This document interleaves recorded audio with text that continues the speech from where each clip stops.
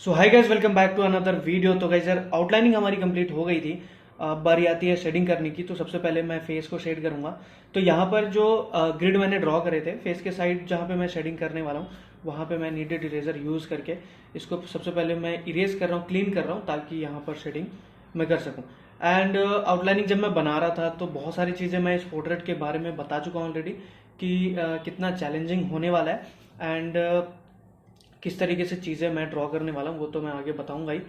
तो जैसा कि मैंने बताया था कि जो मेन रेफरेंस में जो मैंने लिया था उसमें डिटेल्स बिल्कुल नहीं थे। फेस इवन कुछ दिख नहीं रहा था कि कहाँ पर क्या ड्रॉ करना है। तो उसके लिए मैंने बताया था कि फेस के लिए स्पेशली जो फेस का पोर्शन है, मतलब जो फेस का पार्ट है, उसके लिए मैंने एक एप्लीकेशन यूज़ करी है, रेमेनी। उसके बारे में ऑलरेडी बता चुका हूँ। तो उससे क्या होता है कि अगर आपका फेस ब्लर है तो आप फेस को रिकवर कर सकते हो। जो पिक्सल है उसको रिपेयर करके आपकी जो है फेस की क्वालिटी बढ़ जाती है फ़ोटो की। तो वो मैंने किया। तो यहाँ पर सबसे पहले वो चीज़ मैंने निकाल ली है, फ़ोटो आप सामने देख सकते हो। तो वो करने के बाद अब हम यहाँ पे फेस ड्रॉ करेंगे। एंड यहाँ पे प्रॉब्लम ये है कि जो रेफरेंस मैं फेस के लिए यूज़ कर रहा हूँ वो बाकी पोर्शन के लिए यूज़ नहीं कर सकता, क्योंकि बाकी जो पोर्शन है वो एप्लीकेशन की वजह से पूरा वो और भी ज़्यादा ब्लर हो चुका है और सब मिक्स हो गया है उसमें। अगर मैं बात करूँ क्लोथ में जो पैटर्न है, स्किन पे जो टेक्सचर है, लाइटिंग है, एंड और भी जो टूल्स हैं इसके अंदर, और भी जो पोर्शंस हैं वो बिल्कुल मिक्स हो गई हैं। तो उसको देख के मैं बना नहीं सकता। तो अलग अलग फोटोज़ हैं जिनको मैं कंपाइल करके आगे मैं सेट करूँगा। तो यहाँ पे सबसे पहले मैं फेस को शेड कर रहा हूँ। उसके लिए चूंकि ये छोटा एरिया है, और एक और चीज़ मैं आपको बता दूं कि जो मैं पेपर यूज़ कर रहा हूँ, ये मैंने बता दिया है कि पेपर कौन सी यूज़ कर रहा हूँ। ब्रुस्टो की जो मीडियम सरफेस वाली पेपर होती है वो मैं यूज़ कर रहा हूँ यहाँ पर। और यहाँ पे थोड़ी सी मिस्टेक मुझसे ये हो गई थी कि जो अब ये वाले पेपर में दो सरफेस आता है। एक साइड जो है हल्का सा स्मूथ होता है और दूसरा साइड जो होता है वो रफ होता है। तो यहाँ पर मैंने रफ वाला जो साइड है वो चूज कर लिया था।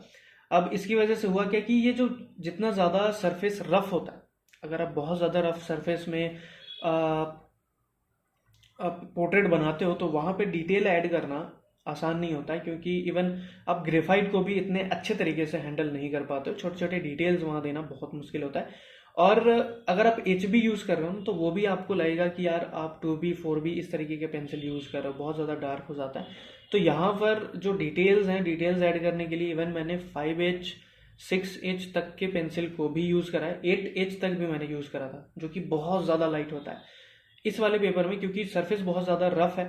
तो डार्कनेस में बिल्कुल चिंता नहीं करनी है। डार्कनेस आपको बिल्कुल आराम से ग्रेफाइट से ही आपको ब्लैक वाली जो टेक्सचर है, सॉरी, ब्लैक वाली जो डार्कनेस है वो आ जाएगी। तो यहाँ पर मुझे नहीं लगता कि मुझे चारकोल या फिर ब्लैक पेंसिल यूज़ करने की ज़रूरत है, ग्रेफाइट इनफ है। तो यहाँ पर सबसे पहले मैंने बेस लेयर देने के लिए कॉटन यूज़ करा है, और पूरे एरिया को मैंने कवर कर लिया। ऑलरेडी मैं बता चुका हूँ कि बेस लेयर क्यों देना चाहिए और उसकी इंपॉर्टेंस क्या है। और बेस लेयर देने के तरीके अलग अलग हैं, आप चूज़ कर सकते हो। तो सबसे पहले बेस लेयर दे दिया, उसके बाद हम अलग अलग जो डिटेल्स हैं, अलग अलग जो पार्ट्स हैं उसको हम ड्रॉ करेंगे। सबसे पहले आई में ड्रॉ करूँगा।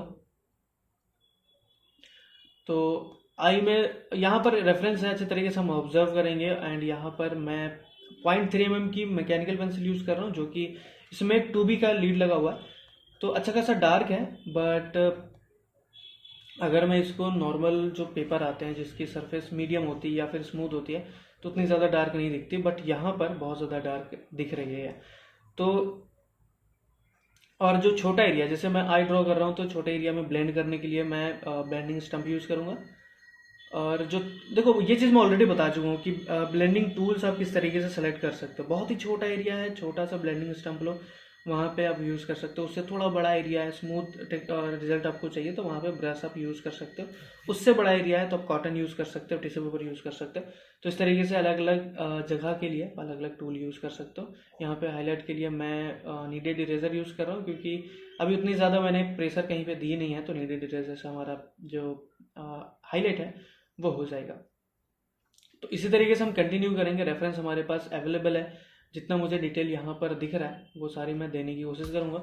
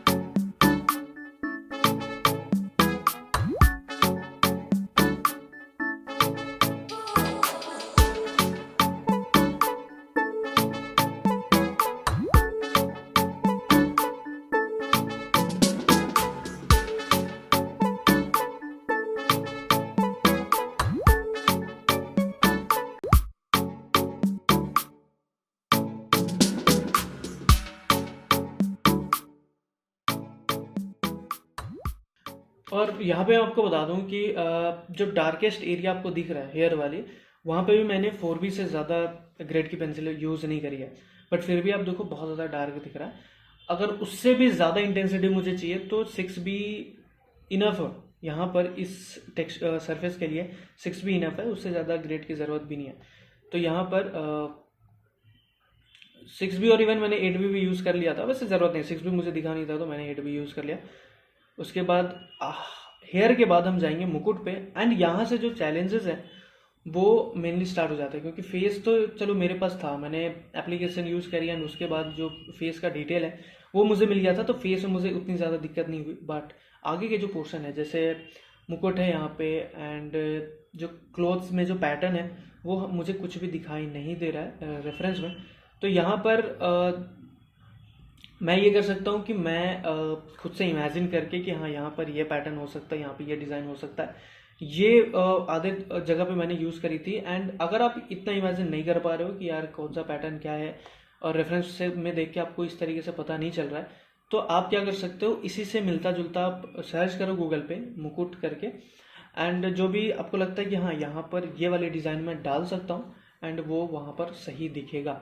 तो यहाँ पर मैंने वो भी किया था, कुछ डिज़ाइंस मैंने निकालने की कोशिश करी थी, वो मैंने डाउनलोड किया था, यहाँ पे आपको सामने दिख रहा है, एंड उसके थ्रू मैंने ड्रॉ करने की कोशिश करी थी।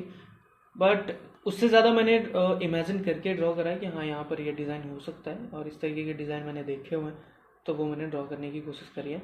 तो इस तरीके से यहाँ तक हमने ड्रॉ कर लिया है, एंड आगे भी जिस तरीके से प्रोसीजर होगा मैं आपको बता दूंगा कि किस तरीके से ड्रॉ करना है।